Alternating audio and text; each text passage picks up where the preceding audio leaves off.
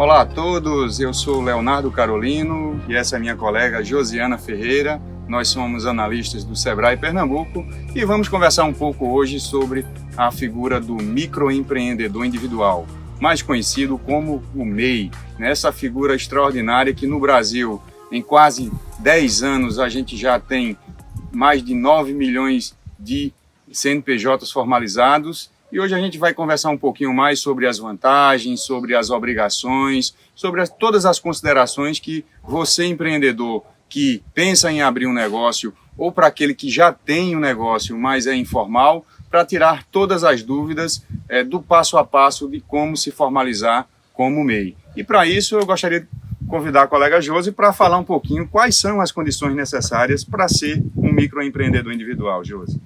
Olá pessoal, tudo bom? As condições necessárias para ser microempreendedor individual são bem fáceis.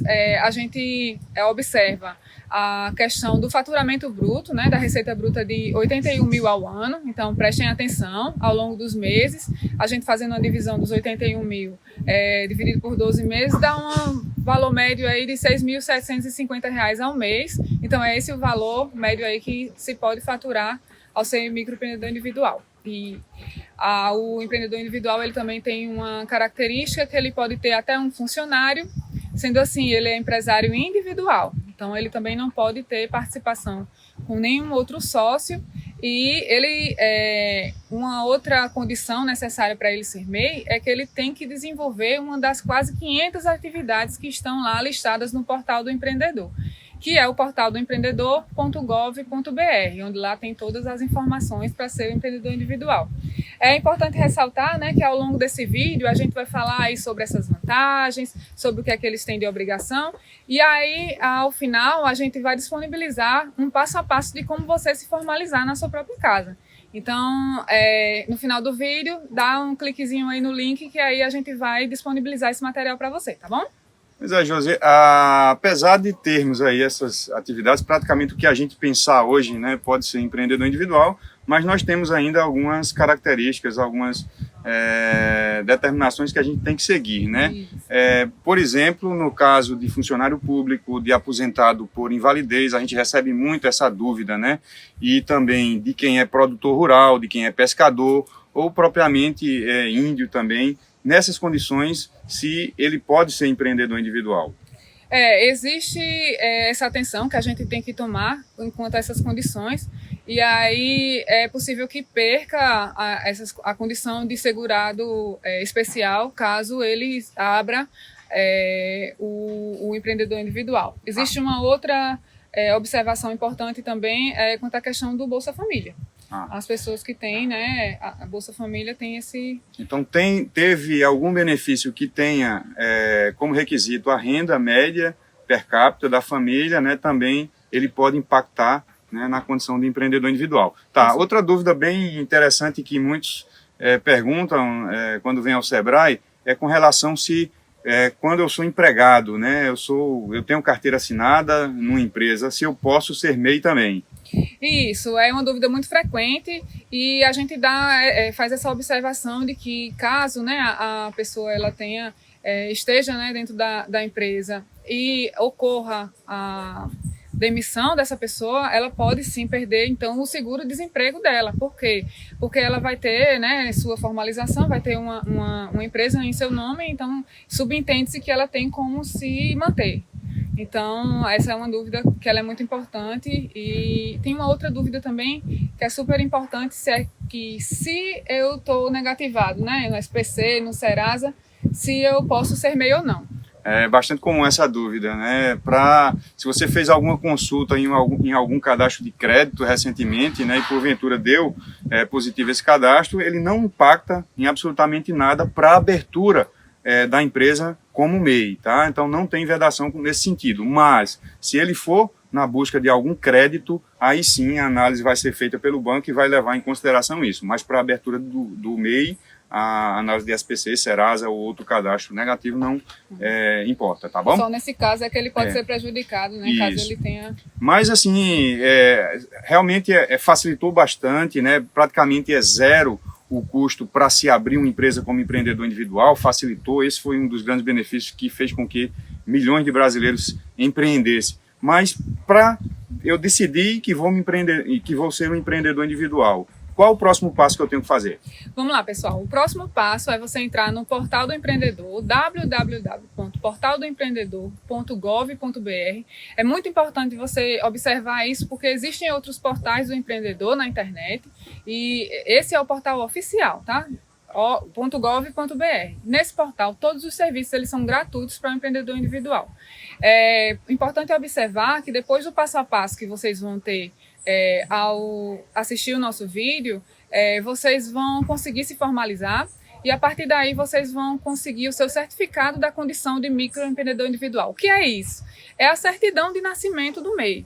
Nessa certidão de nascimento existem informações importantes sobre sua empresa e é importante que você fique atento a seu nome empresarial, onde tem seu nome e seu CPF, nome fantasia, o capital social. E aí as pessoas elas têm dúvida quanto a essa questão do capital social, que é inserir, né, o valor em que você investiu para iniciar a empresa e outros dados também. Dentro dessa certidão, né, de nascimento do empreendedor individual, a gente também conta com o termo de ciência e responsabilidade sobre o alvará. A questão do alvará é muito importante, né, Leonardo? E aí a gente pode falar um pouquinho mais sobre isso. Esse alvará, ele é um alvará que é temporário e a pessoa ela precisa ir para se dirigir à prefeitura do seu município para que tire todas as dúvidas quanto à questão do alvará definitivo, justamente por causa dessa nova legislação que é da liberdade econômica, não é isso? Isso aí. É importantíssimo.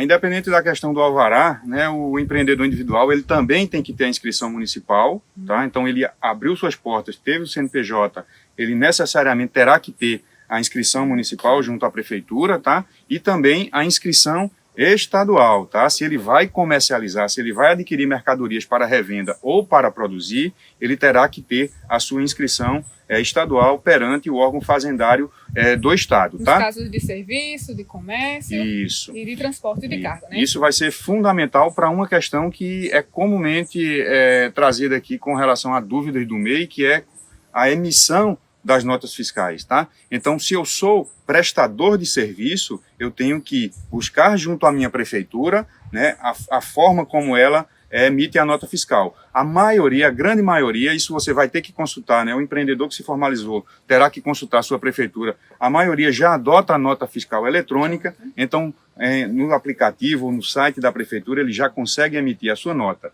Mas com relação à nota fiscal para comércio ou para pequena indústria, né, que é a estadual, por conta da contribuição do ICMS, também é uma nota fiscal eletrônica, e o MEI também tem o direito de emitir nota fiscal. Então, é uma garantia básica para que dê segurança ao consumidor, dê segurança a quem está se relacionando com esse empreendedor individual. Outro fator importantíssimo, né, que faz parte da legislação do MEI, é com relação ao IPTU, porque muitos desses MEIs se formalizam e eles indicam o endereço residencial como forma de atuação empresarial, tá? Então, esse MEI que indicou a residência é importante porque o IPTU, ele não pode ter aumento, tá? Ele tem que continuar, a lei garante que o IPTU, ele mantenha-se residencial, apesar de ele ter indicado como o endereço empresarial. Isso é bastante importante.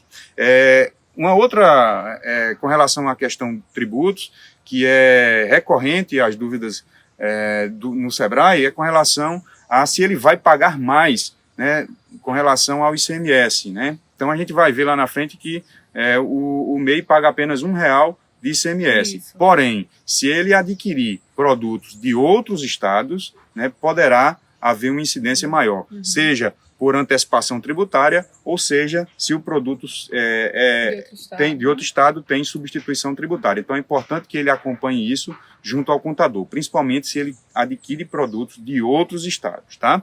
Embora o MEI ele não tenha a obrigação, né, de ter um contador, existem casos em que ele necessita, né, desse tipo de orientação para que tudo ocorra bem, né?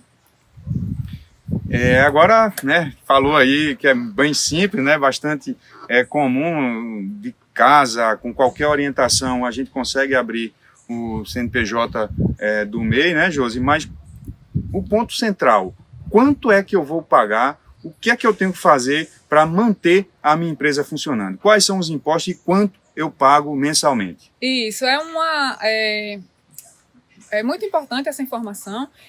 A gente trabalha aí com essa questão dos 3 impostos, que é do INSS, o ISS e o ICMS. O INSS, inclusive, é a menor taxa que existe no mercado, então, para as empresas.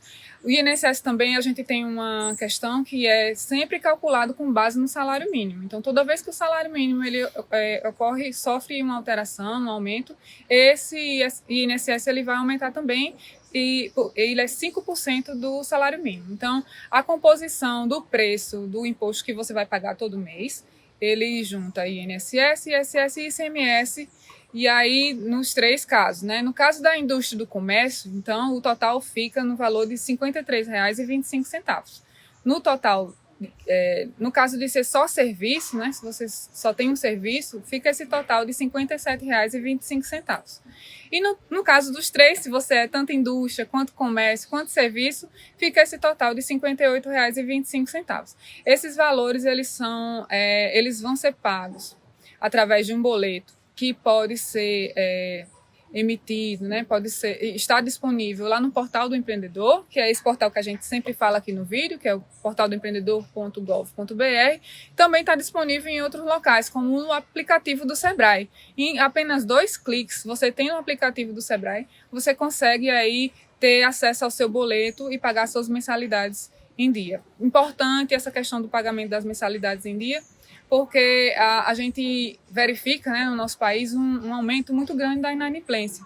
E aí isso prejudica muito o empreendedor individual, não é? Existem outras obrigações também que a gente pode conversar com vocês ainda, não, Leonardo, sobre o empreendedor individual. Passada, né, essa questão de quanto eu pago mensalmente, né, a gente também reforça que as obrigações que o MEI deve ter são as seguintes: solicitar e guardar as notas fiscais de compra de mercadorias, tá? Emitir notas fiscais para pessoas jurídicas, ele é obrigado a emitir para PJs, então se uma outra empresa adquire do MEI, ele tem que emitir nota fiscal. Mas se uma pessoa física quiser solicitar, o MEI ele tem a obrigação de emitir? Para a pessoa física, não, ele não é obrigado, tá?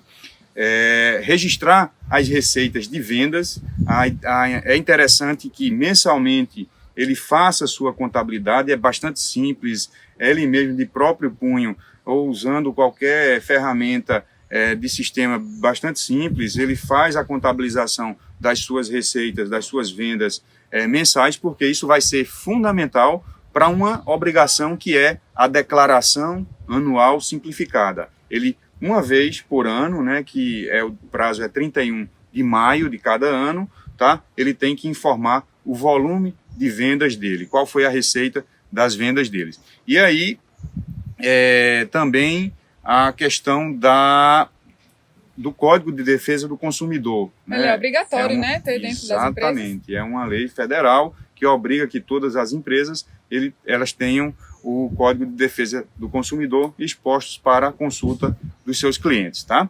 E, finalmente, a questão do pagamento do DAS, né? Como você bem falou, o valor é fixo, mensal, né? Todos os meses ele paga aquele valor fixo.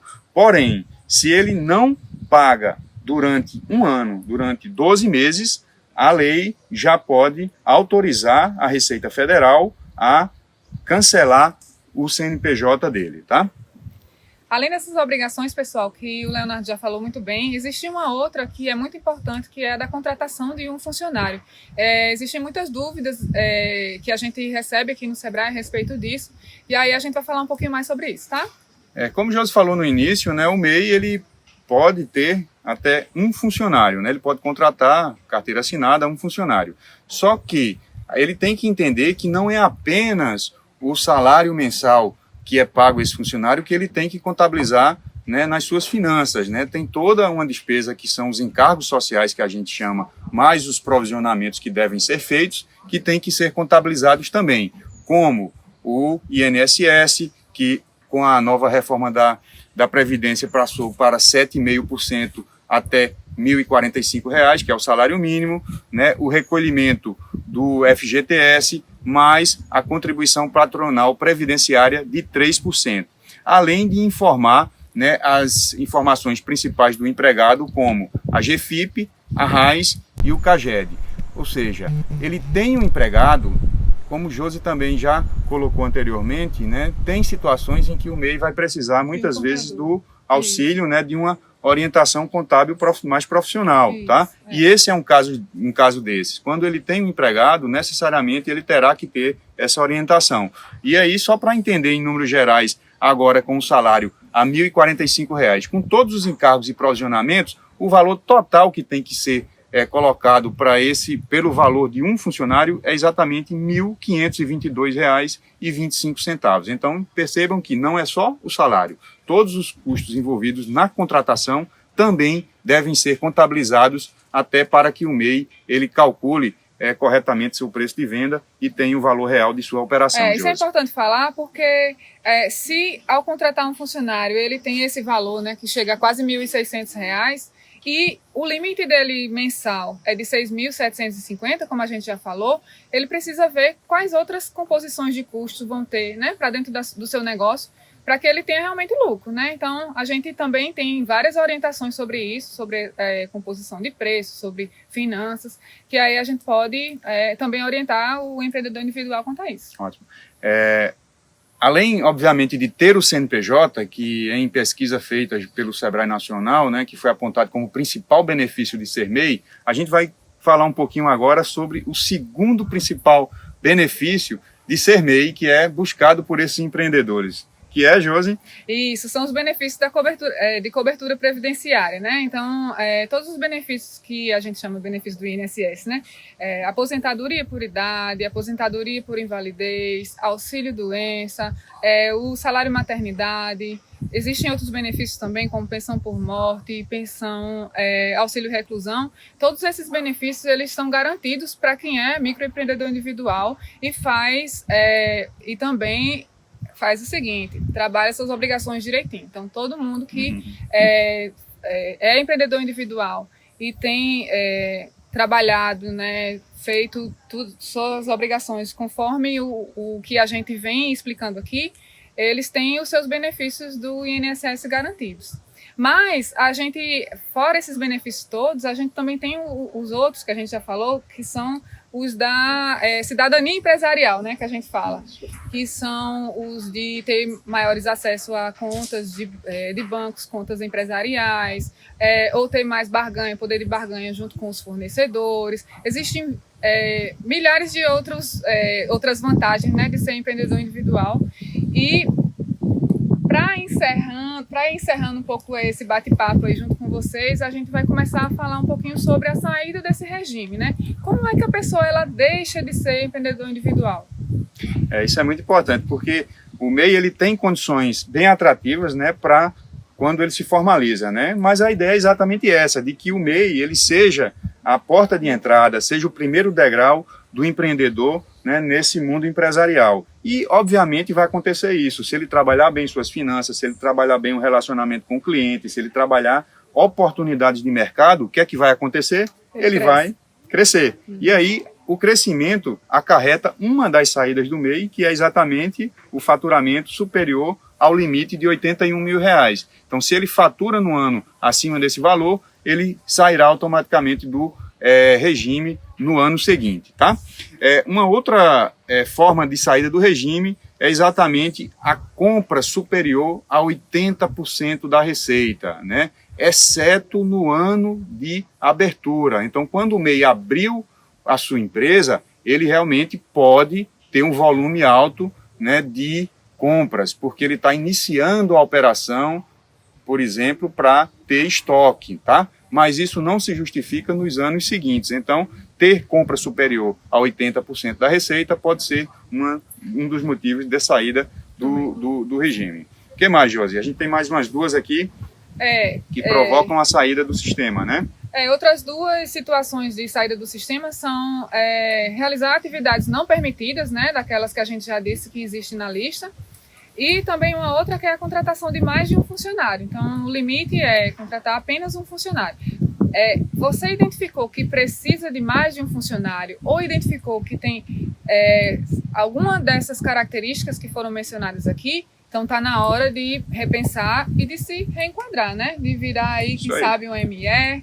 E aí o que a gente faz é torcer, né, para que as empresas elas cresçam e sejam... É isso aí, não é motivo de pânico, muito pelo contrário, né? É fruto de um grande trabalho de planejamento empresarial, de análise de mercado, de crescimento. E aí, se ele sai do sistema do recolhimento do MEI, ele vai para o Simples Nacional. Ele vai ser microempresa na primeira faixa do Simples Nacional, que vai ser tributado também pelas menores alíquotas, só que passam a variar em função da receita. Então, enquanto o MEI, a gente lembra que é um valor fixo mensal.